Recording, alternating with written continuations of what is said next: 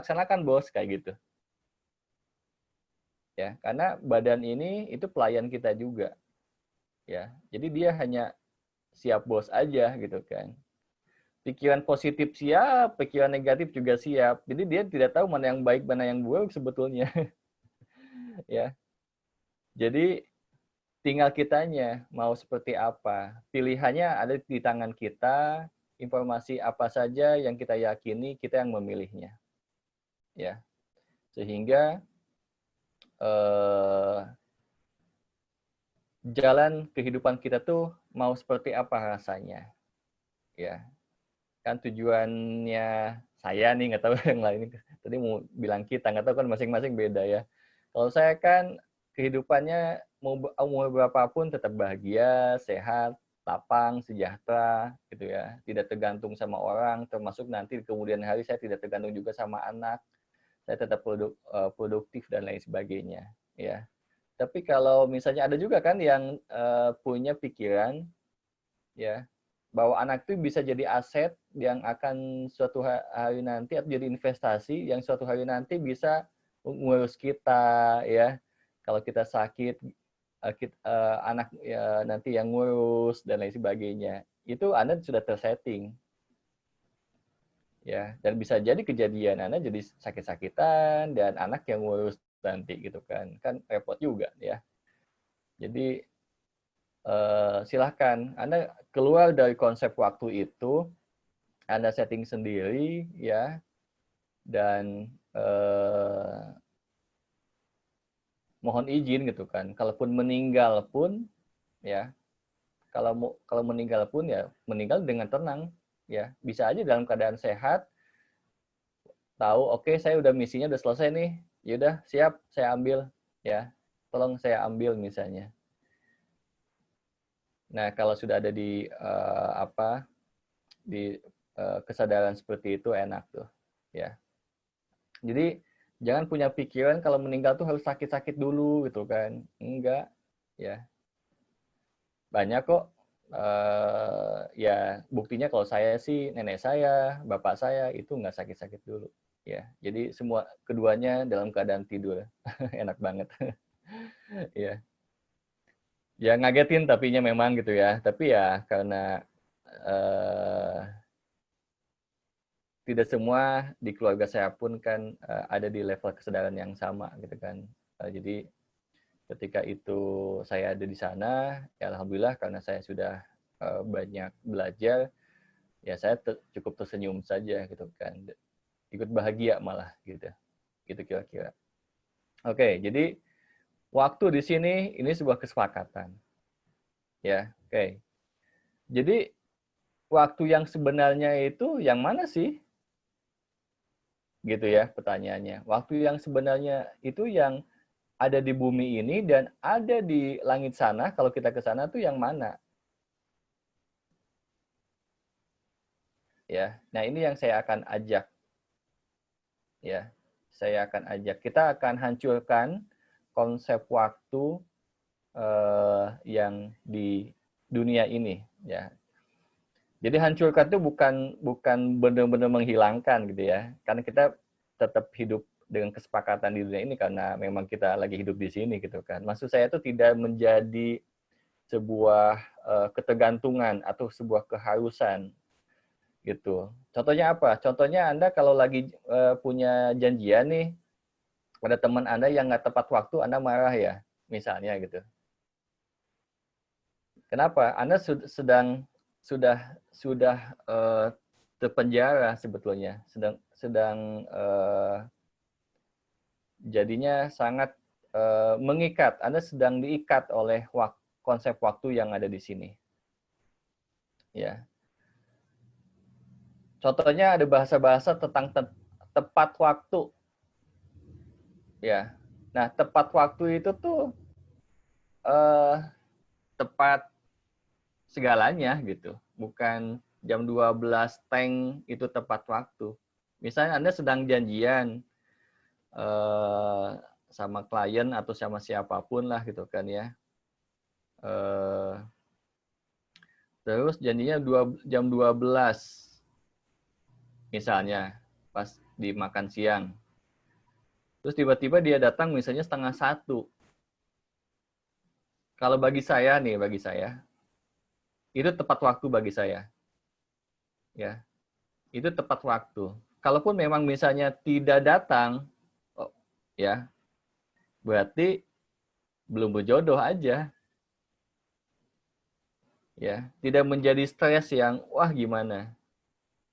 Ya, saya pernah ketinggalan pesawat, tapi tiba-tiba saya digantikan dengan pesawat selanjutnya dan semuanya tetap tepat-tepat saja. Maksudnya tetap selaras dengan semuanya.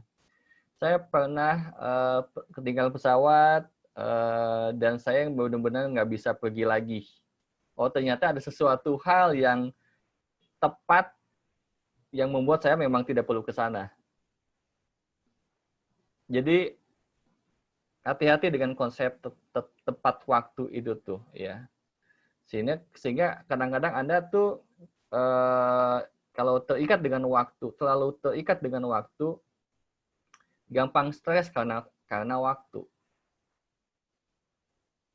Banyak di luar sana, di jalanan terutama ya, itu banyak yang salip-salipan, ya, yang tidak peduli sama pengendara lain kalau di jalanan. Itu karena apa coba? Karena kejar-kejaran waktu kan.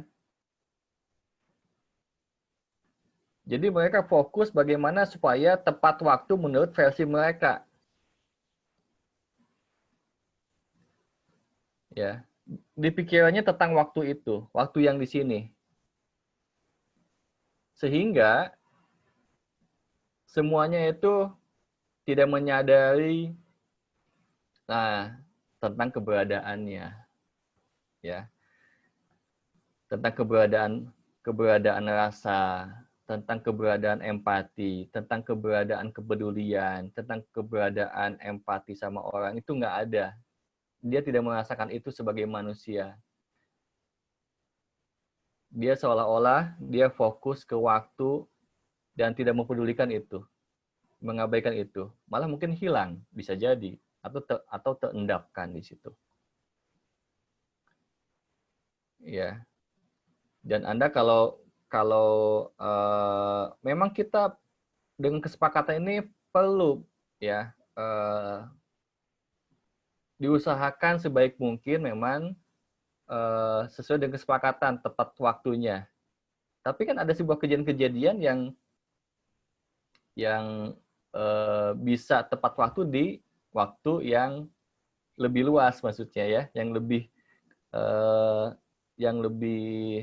luas pengertiannya. Jadi bukan tepat waktu secara konsep gitu ya. Nah ini dua hal ini yang perlu disadari gitu ya. Saya meluaskan kesadaran ini gitu ya. Sebelum saya mau mengajak ke waktu yang sebenarnya dulu gitu. Oke. Saya mau buka video. Ya, mudah-mudahan ini menjelaskan atau mempunyai gambaran tentang waktu yang saya maksud, ya.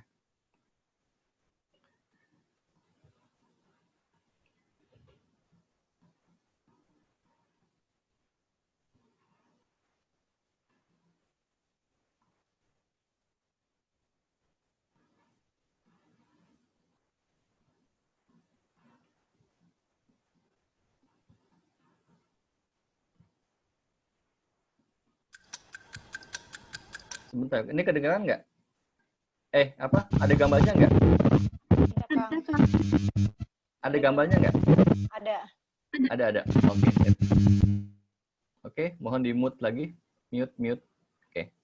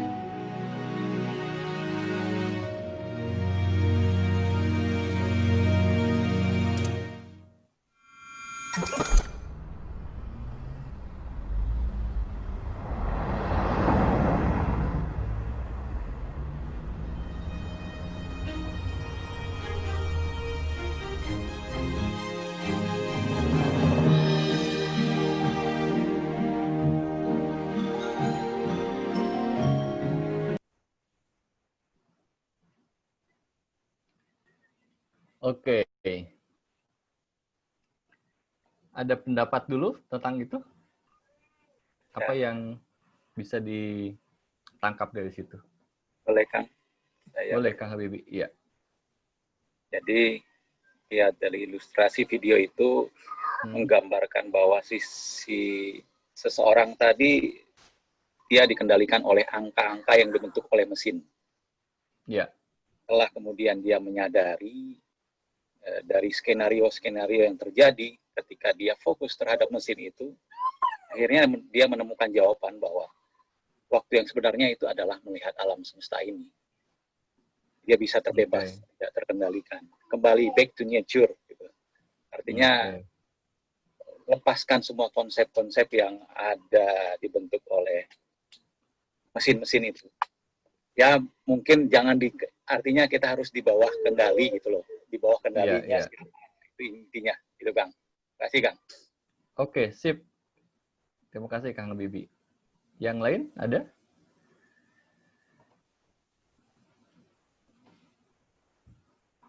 Atau ada pertanyaan? Bebas, pertanyaan atau tanggapan.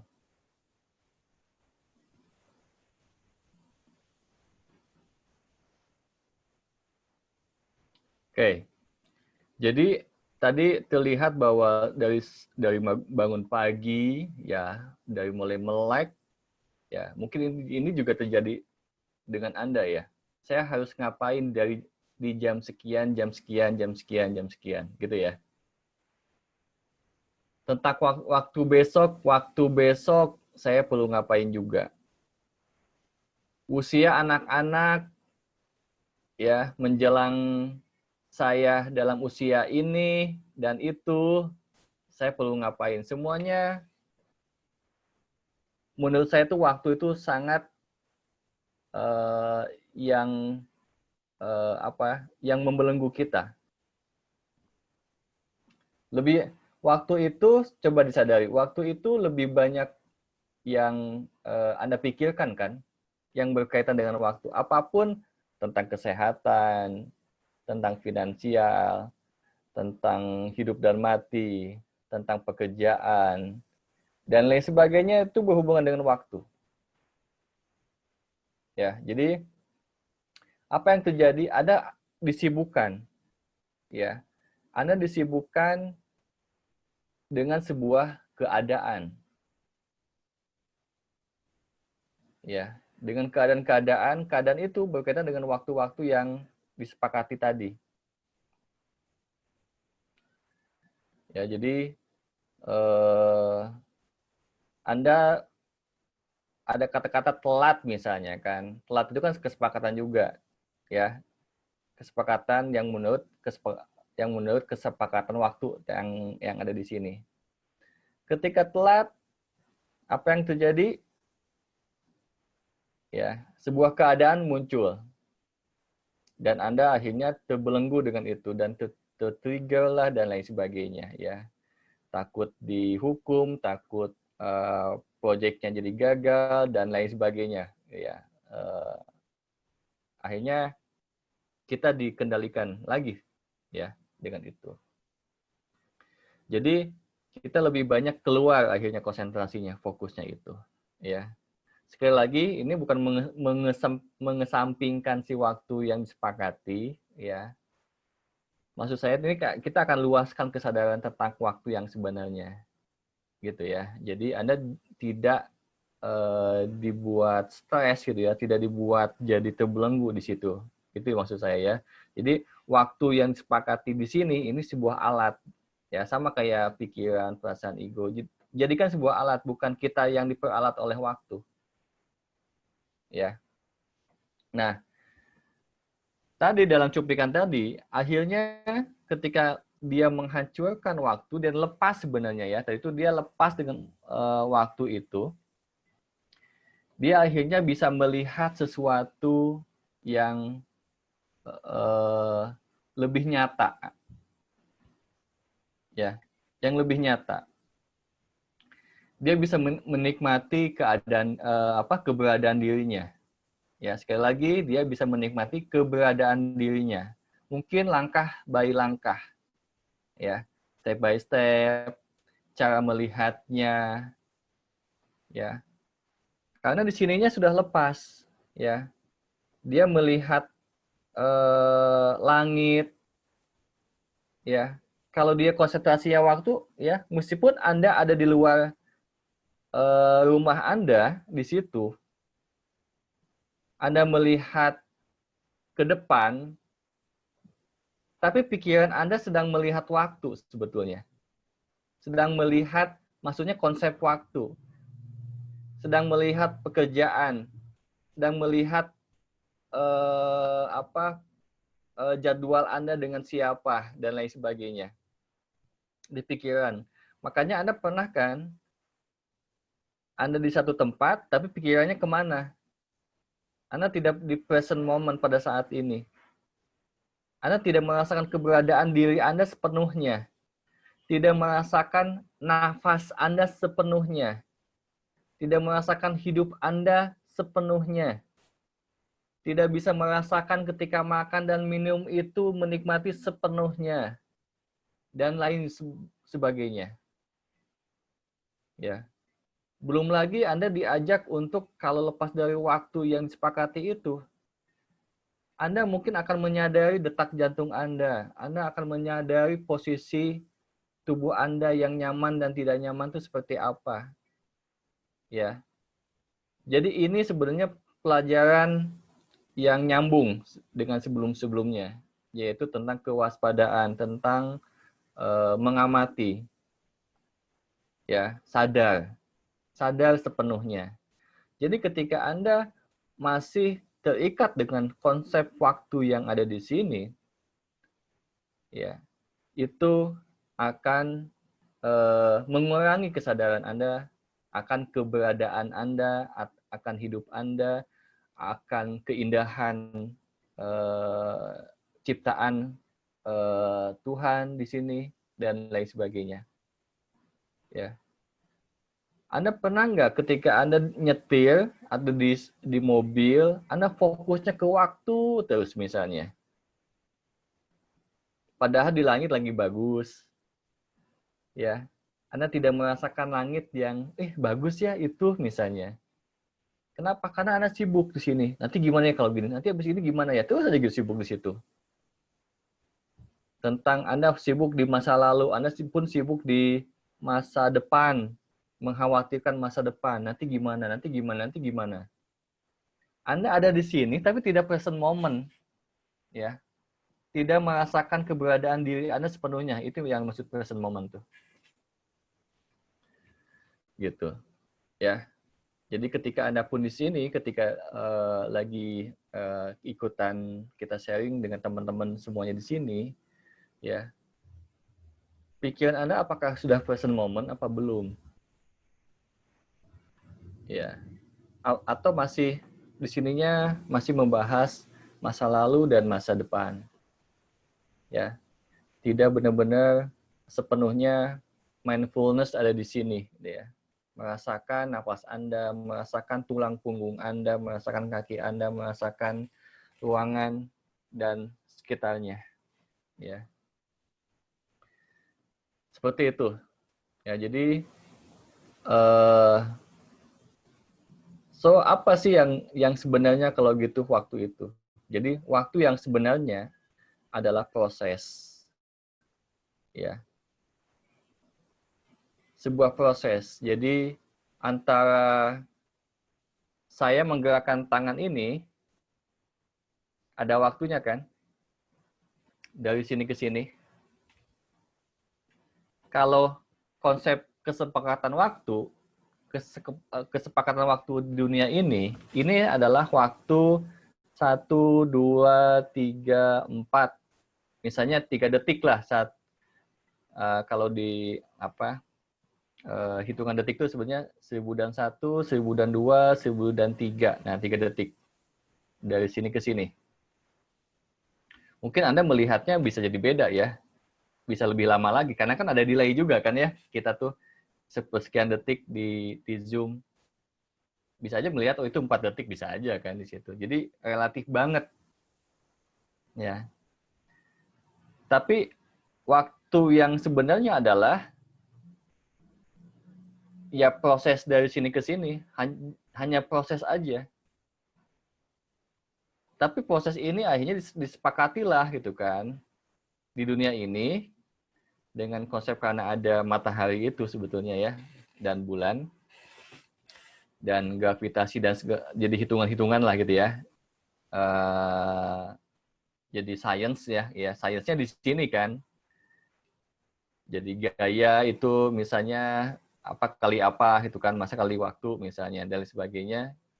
Ini kan di sini. Tapi kalau sudah di luar sana kan waktunya beda, gravitasi juga beda. Ya, ini hanya buat di sini.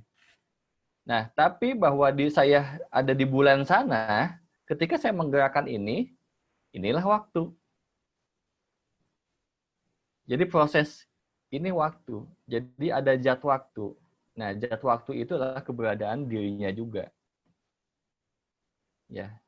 Jadi yang waktu yang sebenarnya makanya ada wal asri, demi waktu. Bukan waktu yang 24 jam itu. Ya. Sampai Tuhan sampai demi waktu itu berarti sesuatu yang luar biasa kan.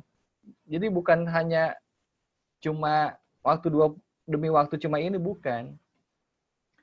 Ya, waktu yang menggerakkan semuanya, waktu tanda kutip yang menggerakkan semuanya, ya, bukan waktu angka-angka itu, ya. Di sini mulai dipahami nggak ya? Jadi ketika Anda lepas dari situ, Anda akan merasakan waktu yang sebenarnya, me time-nya itu seperti apa? Kan Anda pernah menyatakan begini, lagi lupa waktu ketika me time itu. Pernah kan ya?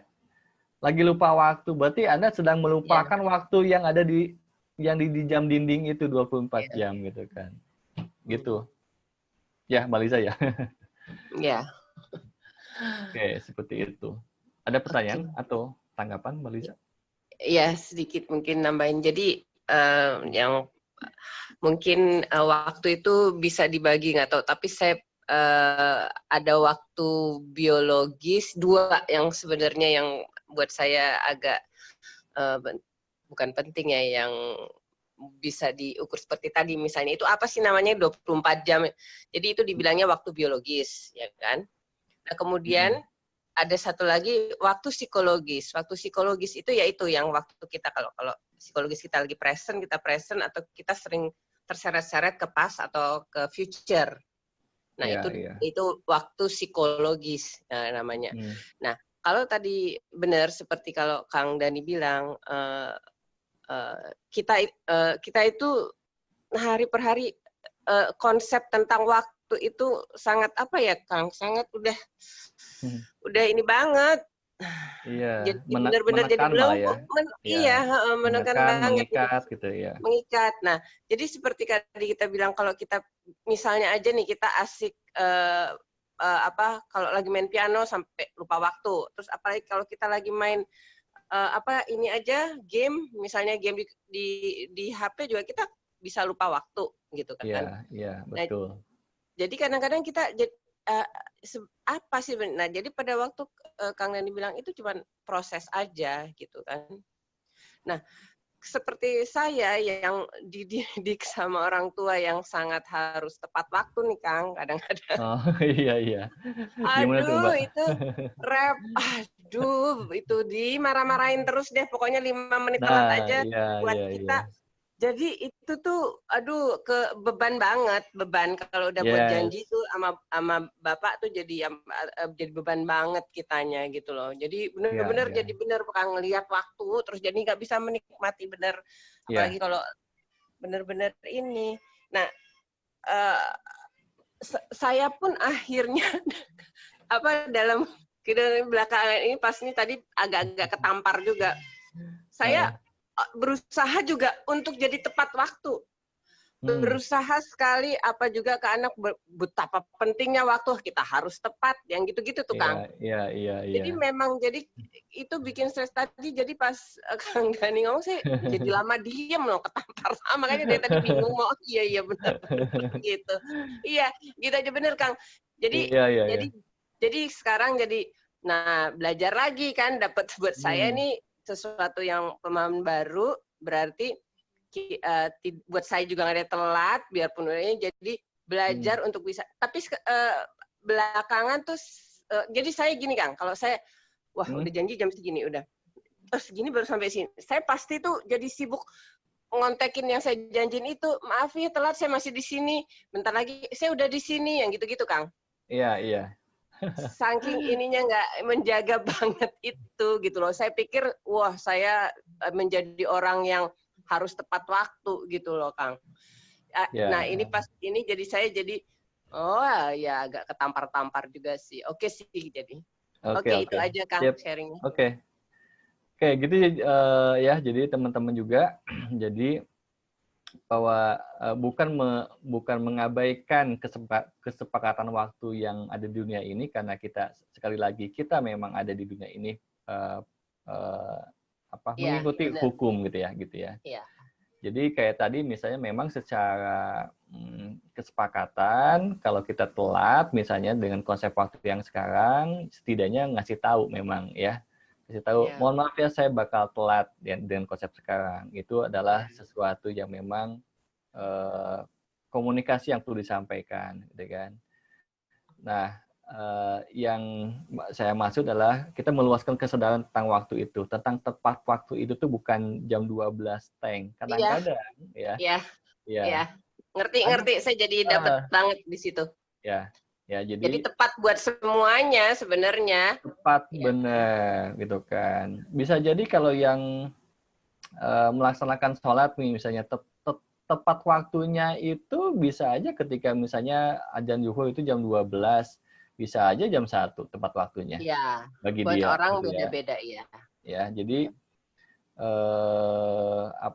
tapi kan sekali lagi seolah-olah tepat waktu Anda dipaksakan kepada orang lain.